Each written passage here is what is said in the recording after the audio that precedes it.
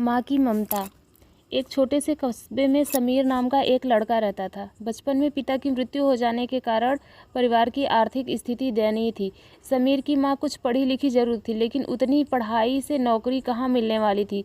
सो घर घर बर्तन मांजकर सिलाई बुनाई का काम करके किसी तरह अपने बच्चे को पढ़ा लिखा रही थी। समीर स्वभाव से थोड़ा शर्मीला था और अक्सर चुपचाप बैठा रहता था। एक दिन जब वो स्कूल से लौटा तो उसके हाथ में एक लिफाफा था। उसने माँ को लिफाफा पकड़ाते हुए कहा, माँ, मास्टर साहब ने तुम्हारे लिए ये चिट्ठी भेजी है, जरा देखो तो इसमें क्या लिखा है। माँ ने मन ही मन चिट्ठी पढ़ी और मुस्कुराकर बोली, बेटा, इसमें लिखा है कि आपका बेटा काफ़ी होशियार है। इस स्कूल के बाकी बच्चों की तुलना में इसका दिमाग बहुत तेज़ है और हमारे पास इसे पढ़ाने लायक शिक्षक नहीं है, इसलिए कल से आप इसे किसी और स्कूल में भेजो।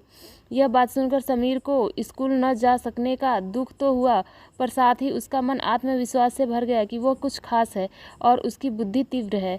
माँ ने उसका दाखिला एक अन्य स्कूल में करा दिया। समय बीतने लगा। समीर ने खूब मेहनत से पढ़ाई की। आगे चलकर वह सिविल सर्विसेज परीक्षा भी पास कर ली, आईएएस ऑफिसर बन गया।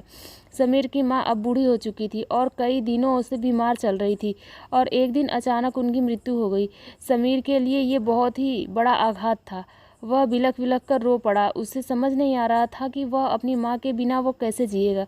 रोते रोते उसने अपनी माँ की पुरानी अलमारी खोली और हाथ में उनकी माला, चश्मा और अन्य वस्तुएं लेकर चूमने लगा।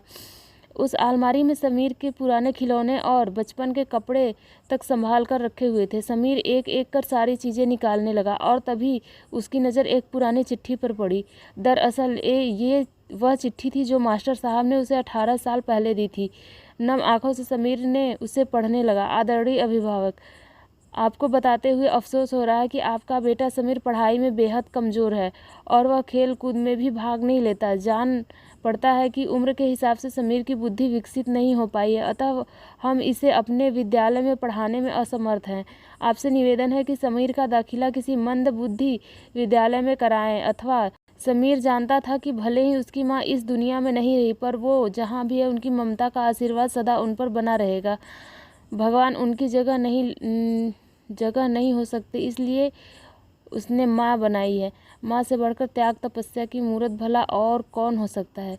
हम पढ़ लिख कर बड़े होकर कुछ न बन जाए, इसके लिए वो चुपचाप न जाने कितनी कुर्बानियाँ देती रहती। अपनी ज़रूरतें मार कर हमारे शौक़ पूरा करती हैं। यहाँ तक कि संतान बुरा व्यवहार करे तो माँ उसका भला सोचती है। सचमुच माँ जैसा कोई नहीं है। अगर आप लोगों को ये स्टोरी पसंद आई हो तो प्लीज़ मेरे चैनल को सब्सक्राइब करें और इसी तरह की इमोशनल स्टोरी मेरे चैनल पे अपलोड होती रहती है। मैं फिर से मिलती हूँ नेक्स्ट वीडियो में।